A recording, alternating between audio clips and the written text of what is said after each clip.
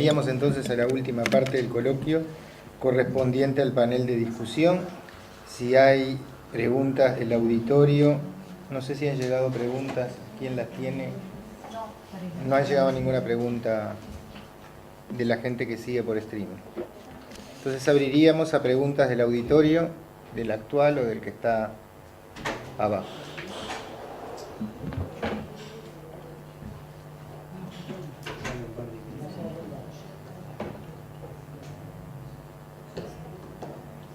¿Tenemos audio de abajo?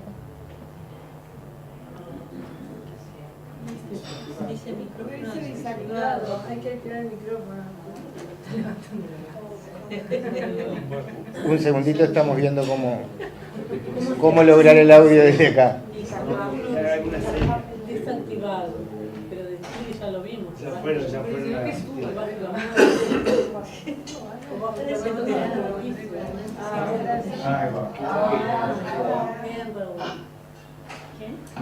Escuchamos. ¿Se oye arriba? Sí, perfecto. Tengo dos preguntas para el panel. Primero, felicitado por las presentaciones y preguntar la opinión, primero con respecto a los requerimientos éticos para estudios retrospectivos de bases de datos persistentes o registros, y también cuáles son los requerimientos éticos para estudios prospectivos meramente observacionales, es decir, sin intervención, sin modificar el tratamiento, sin pedir examen complementarios agregados, y particularmente si en estos casos es imprescindible exigir un consentimiento informado o puede ser obviado. Le daría la palabra a la doctora Delia Sánchez.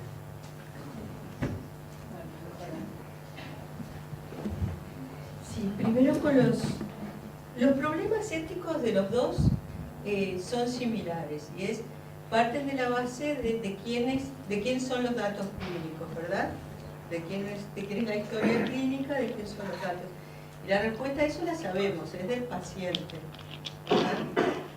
Por lo tanto, la pregunta de si se necesita que la gente consienta para que se investigue con sus datos, debería responderse que sí. Por lo mismo que planteé antes con otros tipos de estudio, de no podemos presuponer el consentimiento porque yo hubiera consentido. Hay que ver si el otro también opina que está bien la investigación que le planteamos, ¿verdad?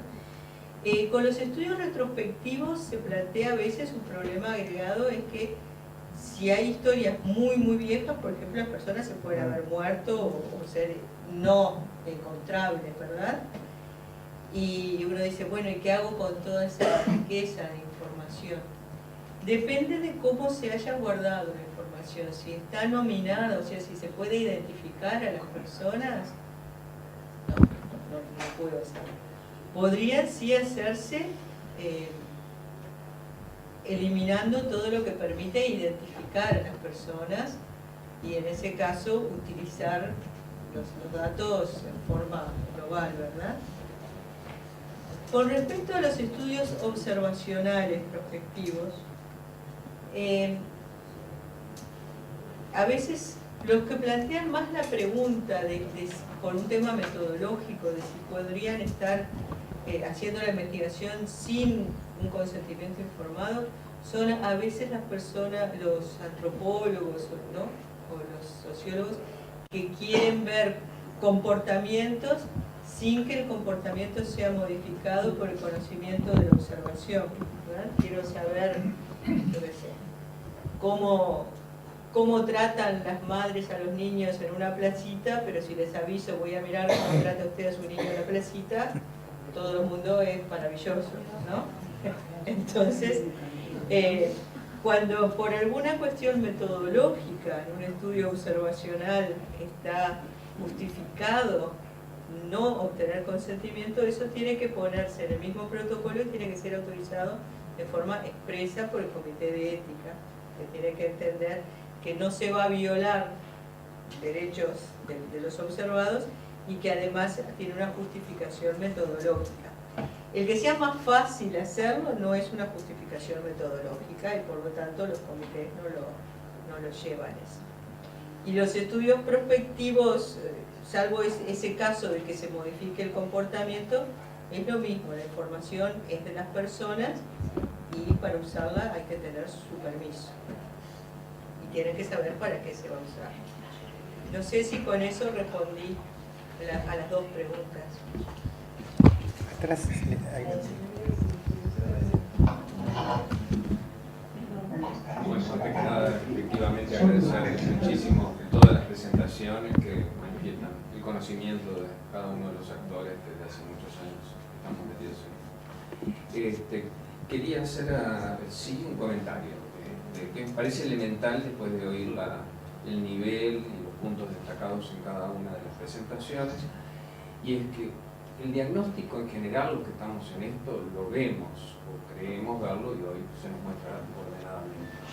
El tema es que nosotros seguimos careciendo o seguimos pecando de un problema, y son los tiempos que tenemos en la aprobación de un modesto protocolo, ya sea académico, independiente o patrocinado.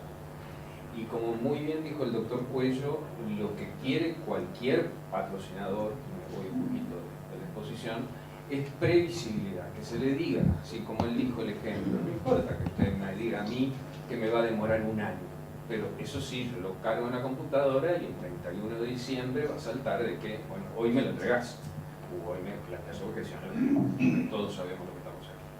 Pero esa imprevisibilidad es la que hoy nos limita.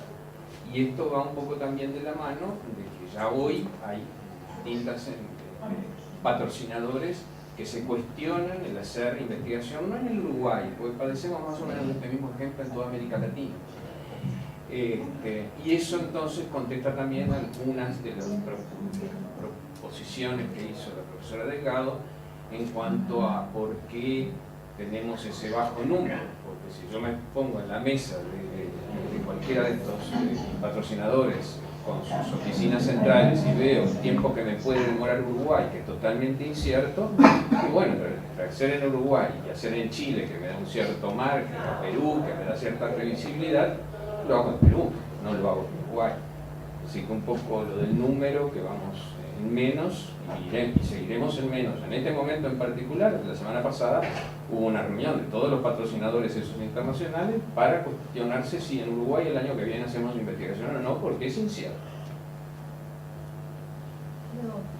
Sí. Como integrante de 3 comités de ética, es un reclamo que se oye con cierta frecuencia. Ahora, en mi experiencia, la respuesta primera de los comités nunca demora mucho, incluso en los comités con enorme carga laboral como el de Facultad de Medicina, ¿no? Lo que sí es muy incierto es cuánto tiempo demora la gente en responder, y en responder a todo, porque en mi experiencia es como un tira y afloje, nos responden a la mitad de las observaciones. Entonces, bueno, hay que esperar a la próxima reunión de comité, devolvemos. Creo que es un problema compartido. Nosotros tuvimos una experiencia en el INDT de un protocolo que nos mandaban partes del protocolo, trozos del protocolo. Nunca logramos que nos mandaran el protocolo entero. Entonces, cada vez que nos reuníamos teníamos que pedirle al patrocinante: no, mire, nosotros leemos protocolos, no partes de protocolos. Claro. Y lo triste es que el patrocinante lo sabía, pero los investigadores médicos, que están como por fuera del trámite ese, a pesar de que deberían ser los que lo presentan, honestamente creen que están siendo analizados, todo un protocolo bien y todo, y teníamos un problema real. Este es la primera vez que nos pasaba eso, pero es tan extraño que lo menciono, porque ¿no? Trozos de protocolo presentados sucesivamente a un mismo comité. La doctora Ana Pérez quiere contestar también. Sí, habrá. Sí, bueno, este tema la verdad que con Arroyo creo que hace 10 años que lo venimos conversando, pero en apoyo a lo que dice Delia, esto se multiplica porque cuando llega de algunos comités que son un poco más flexibles, y que los comités en los que está Delia, esos son inflexibles, surgen nuevas observaciones y las observaciones demoran 6 meses. Entonces, si realmente los tiempos son muy difíciles de prever. De todas formas, Mauricio decía, y yo creo también, se ha mejorado bastante, pero está muy vinculado con el tema de capacitación de los investigadores y de los integrantes de los comités de ética. Si las cosas llegaran, yo también tengo otra área parecida en eso, que es el área de registro de productos médicos. Pasa lo mismo. Si llega la información completa, veraz y demás, el registro sale. Si no, nosotros no denegamos, pero empezamos en un ida y vuelta, que puede demorar 1 año, y eso nos cuenta como tiempo perdido del ministerio. Me pregunto si lo es realmente o si es una cuestión nacional de que no tenemos la capacitación. En ese caso, en la regulación de productos médicos. Complementando lo que dice la doctora, efectivamente, yo también soy un convencido en los años que uno lleva estimulando la investigación clínica en el Uruguay, que falta, yo creo, de conocimiento, como tú decías, de investigadores y de los integrantes del comité de ética. Por ejemplo, somos todos médicos. Refiriéndose al mismo tema, la doctora Delgado y luego atrás. Es otro tema diferente, entonces está. Bueno, sí, hay dos más. Yo como tengo 2 perfiles también, o sea, como integrante del comité de ética y como investigador, y para hacer algunas cosas, una apreciación justamente con esto, cuando la doctora Pérez habló de flexibilidad, yo conozco bien a Delia, la conozco también desde el facultad también, soy encargado del departamento del método cuantitativo. Tenemos yo siempre estoy con los datos, siempre estoy con proyectos, siempre estoy lindando con esto. Yo creo que hay un tema que cuando se habla de flexibilización, creo que me detonó un poco yo creo que falta de alguna manera, no puede ser que un comité actúe de una forma, que otro comité actúe de otra. Entonces, si se siente que algunos son más flexibles que otros, quizá no habría que llamarle la atención a los que, entre comillas, serían los más duros, sino que ver, bueno, que algo está pasando, por qué unos son más flexibles que otros, o está esa percepción desde afuera. Y esa reflexión apunta quizás a tratar de mejorar esa perspectiva desde quien pueda, de alguna manera, controlar o tratar de enmarcar o de contextualizar cómo tiene que ser el ejercicio de un comité, y eso quizás deba recibir desde el Ministerio de Salud Pública, por decir algo, y donde estaba la Comisión Central, o está el Comité Central de Investigación, que se definan pautas en todos los sentidos, pautas en cuanto a los tiempos, en cuanto a la integración específica, cuáles tienen que ser los perfiles específicos de integración de los comités de ética, en cuanto a la acreditación, bueno, perfil y cómo tiene que estar de alguna manera acreditado ese perfil, en cuanto a los tiempos de ejecución del comité, en cuanto a tiempos de respuesta, pero también lo que mencionaba Delia es muy importante, porque muchas veces los tiempos se prolongan por las respuestas de los responsables de los proyectos o de los equipos que presentan los proyectos, y me incluyo particularmente justo en un caso concreto de Elisa Ríe, pero eso sistemáticamente está como sin regulación, entonces hace que sistemáticamente se tenga esa visión desde afuera, que yo mismo la tenía y desde que lo integro veo que la realidad es otra. Entonces quizá ahí haya que trabajar un poquito. ¿Hay alguien en la sala de abajo que quiere referirse? Bueno, ¿me escuchan? Sí, sí. Buenas tardes, soy Leticia Puñetti, soy farmacóloga, nefróloga, investigadora clínica y además formo parte de un comité de ética de investigación.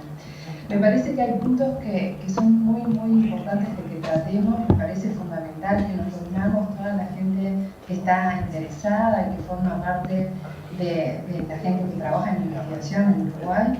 Me parece que hay varios puntos que es un buen comienzo empezar a hablarlos en este ámbito, pero que claramente se tienen que seguir desarrollando y trabajando en grupos. Uno, me parece fundamental, es el de la acreditación de los comités de ética. El otro fundamental es la formación de los miembros de los comités de ética. Esto no tiene que ser menor, y realmente desde que yo me integré a estos dos comités me he formado cada vez más en lo que es la ética de la investigación, y últimamente estuve tres meses en Buenos Aires en la Facultad de Ciencias Sociales, becada por el NIH, y realmente en esa oportunidad tuve la oportunidad de ver un sistema completamente distinto, que es el sistema que utilizan en Argentina, y que por suerte tenemos muchas diferencias. Tenemos muchas diferencias por ser un país chico, por estar reglamentado, y también en estas diferencias hace que estemos un poco protegidos de algunas cosas que pasan, como por ejemplo los comités de éticas independientes. Todo esto es un tema que me parece que con una participación en 2 minutos acá no lo podemos abarcar de la forma que deberíamos hacerlo, pero sí dejar el problema o el punto a discutir más adelante con los grupos de trabajo. Me parece que este es un punto fundamental y que realmente, como ya se ha nombrado y lo han dicho reiteradamente, lo que nos hace falta es algo que nos una en cierto punto y que también nos articule las intervenciones y los lugares de cada uno de estos comités.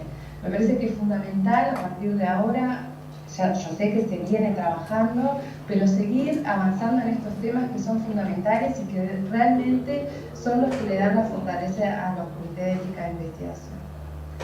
Bueno, un poco por ahí quería empezar esta discusión. Muchas gracias. Hay tres colegas que todavía están. Sí, pero había dos antes que tú. No, ella me dijo reclamar.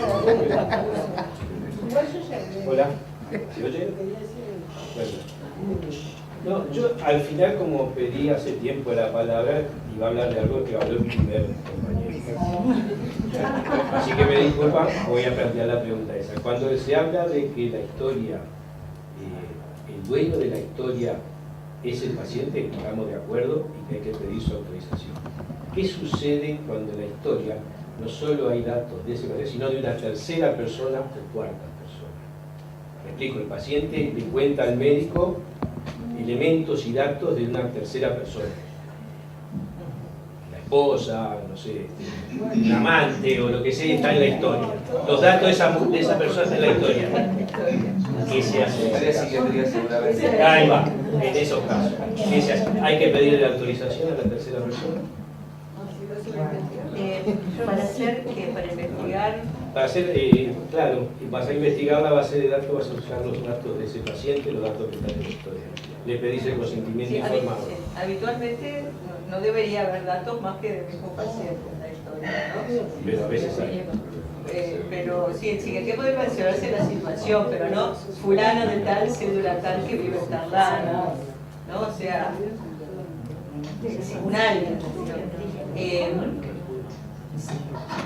No me doy mucha cuenta en qué situación habría realmente datos patológicos de la tercera persona, salvo en la historia clínica perinatal, que está la mamá y el bebé, pero salvo eso. Sí, que se plantea. ¿Alguien tiene una experiencia de datos identificables de terceros? Porque me puedo imaginarlo. Enfermedades hereditarias que uno tenga el árbol genealógico. Si fuera, por ejemplo, en enfermedades, en ese tema, las personas, lo que se aplica habitualmente es las personas no tienen derecho a conocer aquello que buscaron conocer y si es solamente para ellos. Uno no podría ir a averiguar, quiero saber qué le pasa a mi hermano, para una enfermedad genética o para otra cosa, a menos que mi hermano me lo haya autorizado fehacientemente, ¿verdad? Con un pasito más entrarían a los temas más vinculados a la ética de la salud pública, que es la población o el individuo, ¿verdad? ¿Qué puedo hacer cuando lo que tiene que ver con un individuo pone en riesgo a la población? que ahí ya va más allá de la ética de la investigación y realmente se utilizan criterios o ética de la protección, hay como distintas escuelas de pensamiento en lo que tiene que ver específicamente con ética y salud pública. Siempre se trata de mantener la confidencialidad hasta el mayor extremo. Cuando está en riesgo la vida de otro u otros, se puede romper el principio de confidencialidad, pero eso es en la práctica clínica, ¿no? Ya si estamos hablando de investigación, no podría. A la última fila hay una pregunta y después la doctora Delgado.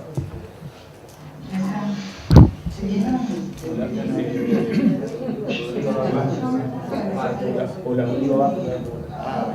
yo quería abordar algunos aspectos para ser concreto y empezando de atrás para adelante. Me parece que es muy importante lo que dice la compañera que está abajo, de que tendríamos que dedicarle más tiempo a estas discusiones y a estas comunicaciones entre nosotros mismos, porque muchas veces los que hacemos investigación, los que regulamos la investigación y las instituciones que deciden la financiación, incluida la industria farmacéutica, estamos en caminos paralelos en los cuales se nos hace muy difícil la comunicación. Hablando de comité de ética, uno hasta llega a no saber quién es el comité de ética central. Te dicen, no, fulano renunció y el otro está acá, pero ¿de ella dónde está? No, de ella está en bioética, no, de ella está en ética de la investigación.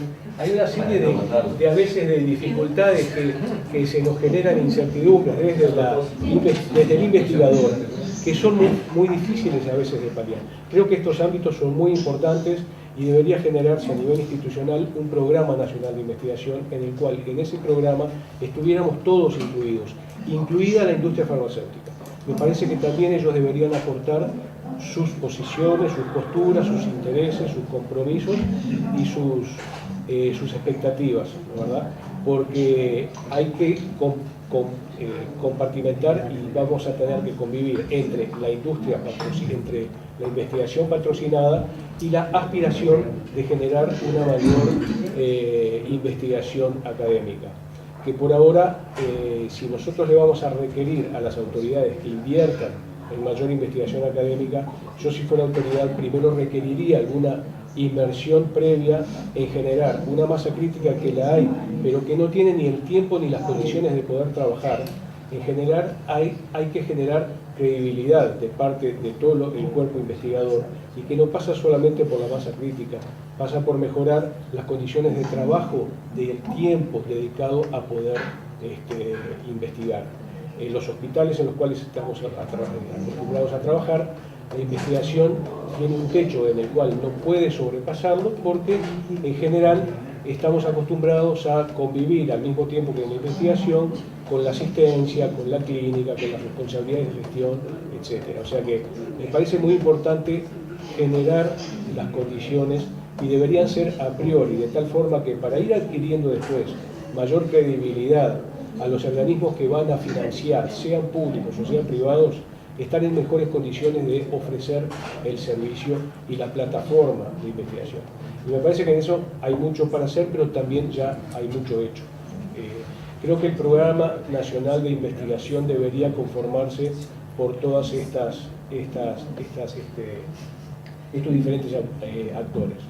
Con respecto a los comités de éticas, nosotros desde la investigación clínica también sufrimos un poco la ley de los tiempos regulatorios, en el cual podemos participar también el investigador, puede participar el patrocinador, puede participar también en parte el comité de ética. Generamos dos instancias, o sea que esa dificultad la multiplicamos por dos. Tenemos primero que responder al comité de ética institucional y luego el comité de ética institucional, que ya nos anticipa que no tiene la potestad de decidir, lo tiene que pasar al comité de ética central del Ministerio de Salud Pública. Yo me pregunto, ¿por qué? ¿Por qué no podemos acreditar los comités de éticas institucionales y que ellos ya generen las garantías de poder desarrollar es una pregunta que sí, o generar un buen y eficiente comité de ética central en el cual la institución simplemente se informe, se cuente con el aval de la dirección y por supuesto los organismos de dirección estén al tanto de qué es lo que se investiga en su hospital, pero que en definitiva se traspase la definición final a un comité de ética central, que también tal vez sufra de los mismos problemas, de las mismas dolencias, no tiene el tiempo, no está remunerado. Yo pienso que de alguna manera los comités de éticas tendrían que estar reconocidos o remunerados, y no hablo solamente de plata, digo, hay distintas formas de remunerar el tiempo de trabajo que insume este grado de responsabilidad que implica definir si un proyecto es ético o no en la investigación. Yo sé que hay gente que se le para los pelos de punta cuando hablamos de pagar a los comités de éticas, pero a mí me parece que es una cosa que en algún momento ya se mencionó acá, se va a tener que empezar a evaluarlo, ¿verdad?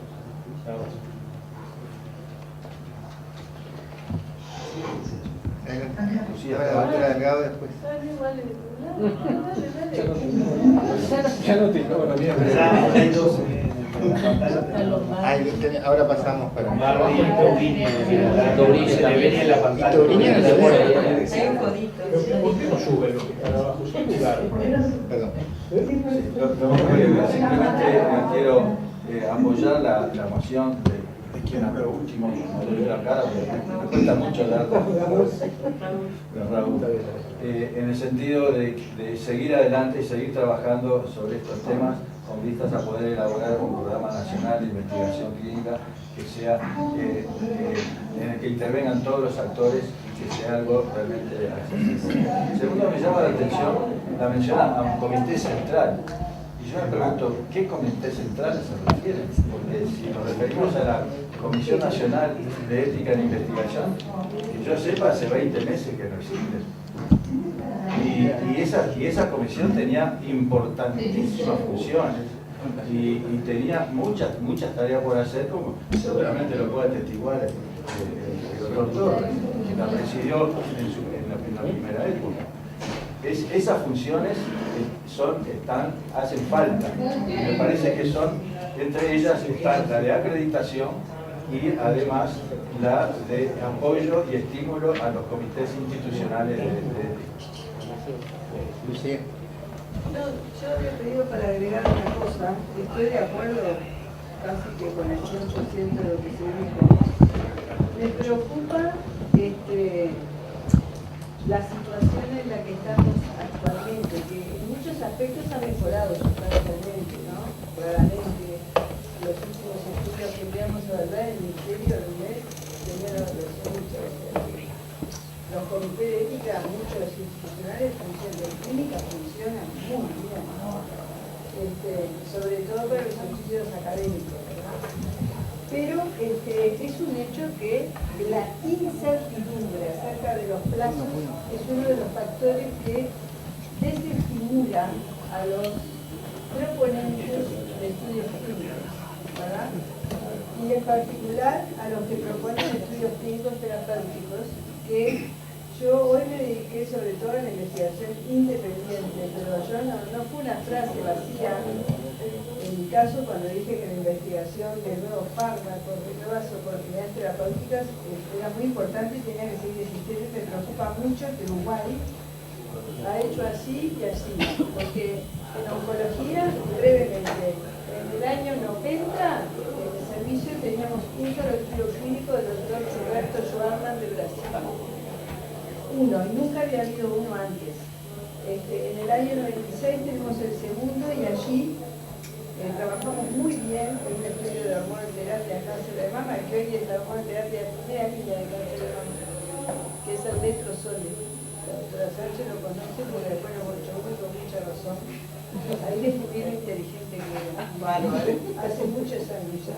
Quiero decir, entonces, y después tuvimos varios muy bien, siempre funcionábamos, pero luego, aunque parezca mentira, la regulación que tiene la intención de proteger al paciente, lo protegió tanto que se pasó para el otro lado, porque le quitó la posibilidad a los uruguayos y uruguayas, o uruguayas y uruguayos, como me gusta decir a nuestro actual gobierno, me gusta porque yo soy nena, entonces en Buenos Aires nos quitó la posibilidad de participar en estudios públicos. Y este no es un hecho menor, y uno lo vive como médico, ¿verdad? Cuando tiene la oportunidad y realmente siente gratitud de tenerlo. Y yo lo voy a decir, supongo que todos los que han hecho un estudio clínico, este año no voy a nombrar drogas, ¿verdad? No recibo honorario de la industria farmacéutica, pero si lo recibiera, no me parece que sea mala palabra. Pero en el servicio de oncología clínica, uno de los 3 estudios que tuvimos, gracias a esta aceleración que tuvo el Ministerio de Salud Pública, uno de los 3 estudios, un fármaco excepcional.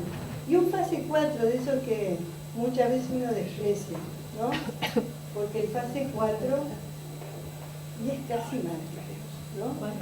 Fase 4 es cuando después que se hace fase 3 se muestra el beneficio y entonces luego se hace un estudio para ver más a largo plazo y en la población más general la eficacia y la seguridad.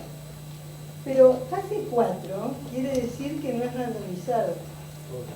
Es decir, que todos los pacientes que se incorporan al estudio reciben ese tratamiento, que en este caso es el mejor tratamiento que existe en el mundo para una patología como el cáncer de mama. Desde que se registró en Uruguay, yo sola tengo 5 pacientes tratadas que estaban diseminadas y en este momento están varias de ellas en remisión completa haciendo una vida normal. Y una ya lleva más de un año de terminar el tratamiento porque se lo compró en Suiza antes de que fuera registrado. Entonces, ese